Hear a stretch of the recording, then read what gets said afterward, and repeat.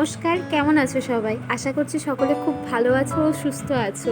মনস খুঁটিনাটিতে সকলকে স্বাগত জানিয়ে আমার আজকের এই ভিডিওটা আমি শুরু করছি। আজকের ভিডিওতে আমি একটা চটজলদি ঘুগনির রেসিপি তোমাদের সাথে শেয়ার করব।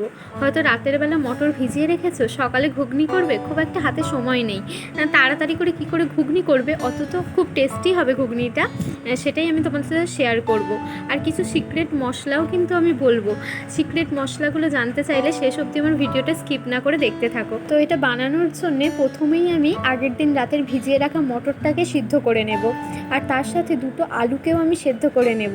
আসলে এই যে বললাম যে চটজলদি ঘুগনিটা করব, তাই আমার হাতে এই আলু কাটাকাটি এতটা কিন্তু সময় নেই। আর এতটা সময় না থাকলে আলু দুটোকে সেদ্ধ করে নেবেন, আর মটর আলু দুটোকে একসাথে সেদ্ধ করে নিলে সময়টাও অনেকটা বেঁচে যাবে। তারপর মটর আলুকে আমি দুটো হুইসেল দিয়ে নামিয়ে নিয়েছিলাম। দুটো হুইসেল দিয়েই আমার সেদ্ধ হয়ে গেছিলো মটর আলু ভালোভাবে। তারপর আমি কড়াইয়ে তেল দিয়ে দিয়েছিলাম। তেলে প্রথমেই দিয়ে দিয়েছিলাম জিরে ফোড়ন, গোটা জিরে ফোড়ন দিয়েছিলাম। তারপরে গোটা জিরেটাকে একটু নাড়াচাড়া করে নিয়ে তার মধ্যে দিয়ে দিলাম কুচনো পেঁয়াজ।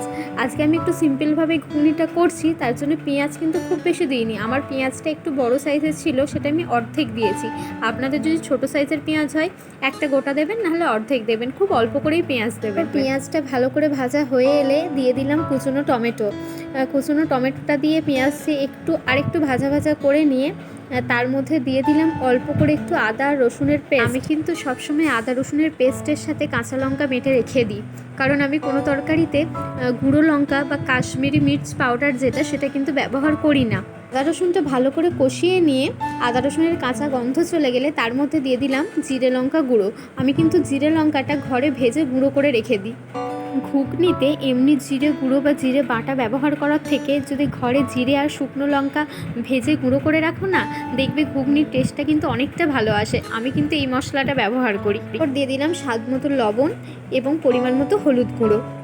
তারপর সব কিছু মশলা ভালোভাবে কষিয়ে নিয়ে দিয়ে দেবো অল্প একটু মিট মশলা। এই ঘুগনিতে একটু মিট মশলা দিয়ে দেখবে ঘুগনির টেস্ট এবং গন্ধটা কিন্তু খুব সুন্দর আসে। তারপর মশলা থেকে ভালো করে তেল ছেড়ে এলে এর মধ্যে মটরগুলোকে দিয়ে ভালো করে কষিয়ে নিলাম। ওইদিকে মটরটা কষা হতে হতে এদিকে আমি আলুর খোলাগুলোকে ছাড়িয়ে আলুটাকে মাখিয়ে নিচ্ছি। এটা ঘুগনির আলুর জন্য যেহেতু দিচ্ছি, আমি আলুটাকে কিন্তু পুরো মিহি করে মাখিয়ে নেব না, ওই জাস্ট হাত দিয়ে একটু একটু করে টিপে দেবো, যাতে আলুটা গোটা গোটা একটু হয়ে থাকে। এইভাবে আলুটা সিদ্ধ করে ছাড়িয়ে দিয়ে দেখবে ঘুগনির স্ট্রাকচারটা কিন্তু দারুণ আসে। আর ঘুগনিটা ঘনত্ব হওয়ার জন্য কিন্তু অন্য কিছুর ব্যবহার করার কোনো দরকার নেই। অনেক সময় দোকানেও দেখবে যে ঘুগনিটাকে একটু ঘন করার জন্য অনেক কিছুর ময়দা গোলা বা এরকম কিছুর ব্যবহার করে থাকে, কিন্তু এইসব কোনো কিছু ছাড়াই এইভাবে যদি সিদ্ধ আলু দাও, তাহলে কিন্তু পুরো দোকানের মতোই ঘুগনিটা দেখতে হবে। মটর আলু ভালো করে কষে নিয়ে ওই জল দিয়ে 5 মিনিট মতো ঢাকা দিয়ে রাখলেই কিন্তু ঘুগনি একদম রেডি হয়ে যাবে। যেহেতু আলু সিদ্ধ মটর সেদ্ধ, বেশিক্ষণ কিন্তু সিদ্ধ করার ঢাকা দিয়ে কোনো দরকার নেই।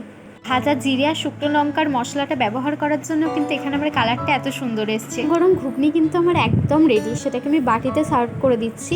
আর এটাকে গার্নিশ করার জন্য ওপর থেকে আমি একটু কোঁচানো পেঁয়াজ ছড়িয়ে দিলাম, অল্প একটু বিট লবণ দিয়ে দিলাম। আর যেহেতু আজকে আমার বাড়িতে লেবু নেই, সবসময় কিন্তু সবার বাড়িতে লেবু থাকে না, তার বদলে আমি কিন্তু আজকে একটা সিক্রেট মশলা দিয়েছি, অল্প একটু চাট মশলা ছড়িয়ে দিয়েছি। এইটা দিয়ে দেখবে টেস্টটাও যেমন ভালো হবে, এই যে লেবুটা নেই তার অভাবটাও কিন্তু পূরণ করে দেবে এই চাট মশলা। তারপর গরম গরম টেস্টি ঘুগনি এনজয় করুন।